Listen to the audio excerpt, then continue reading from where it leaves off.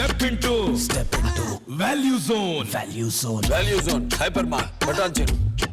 తాను మాట ఇస్తే ఆ మాట మీద తాను నిలబడ్డాడు అని, ఆ మాట కోసం తాను ఎందాకైనా పోయాడు అని, ఆ మాట నిలబెట్టుకున్నాడు అని కనీసం చెప్పుకునేందుకు ఇలాంటి ఆయన ఇక ఎన్నికలు వచ్చేసరికి ఆయన దేని మీద ఆధారపడతాడో తెలుసా? ఎన్నికలు వచ్చేసరికి తాను ఆధారపడేది పొత్తుల మీద, ఎత్తుల మీద, జిత్తుల మీద, కుయుక్తుల మీద తాను ఆధారపడతాడు.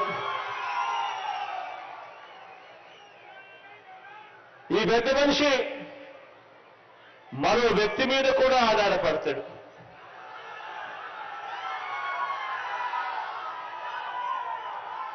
ఒక దత్తపుత్రుడిని యాక్టర్గా పెట్టుకుని డ్రామాను కూడా ఆడుతాడు.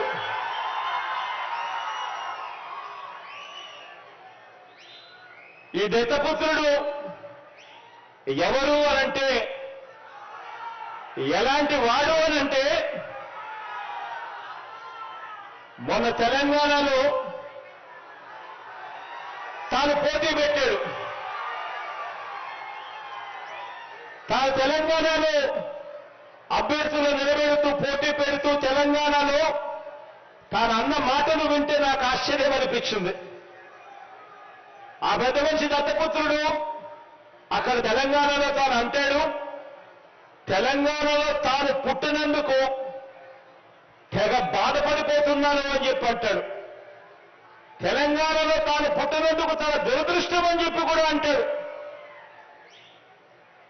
ఇలాంటి వ్యక్తి మొన్న తెలంగాణలో ఇలాంటి డైలాగులు కొట్టిన నాన్ లోకల్ ప్యాకేజ్ ఇస్తారు ఈ పెద్ద మనిషి చంద్రబాబు నాయుడు గారికి ఇంకొక పార్ట్నర్.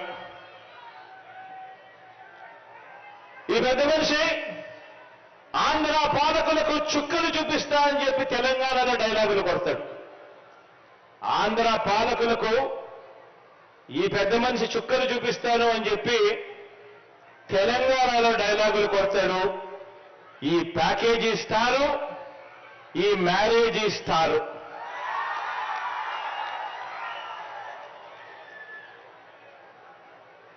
ఈ పెద్ద మనిషి పరిస్థితి, ఈ దత్తపుత్రుడి పరిస్థితి అక్కడ ఎలా ఉంది అంటే,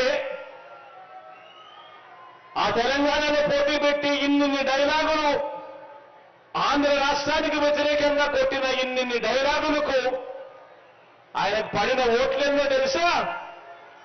చివరికి అక్కడ ఇండిపెండెంట్ గా నిలబడిన చెల్లెమ్మ బర్రెనెక్కకు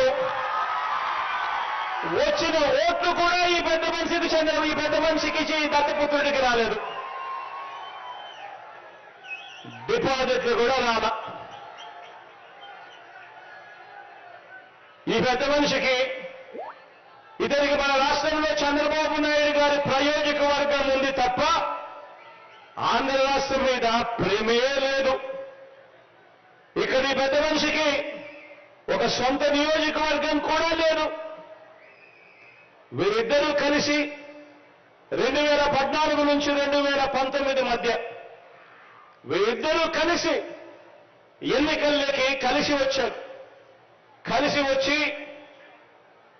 2014 నుంచి 2019 మధ్య ఈ ఉద్యానం ప్రాంతానికి మంచినీరు ఇవ్వటం ఎలా అని చెప్పి కనీసం ఆలోచనైనా చేశారా అంటే అది లేదు.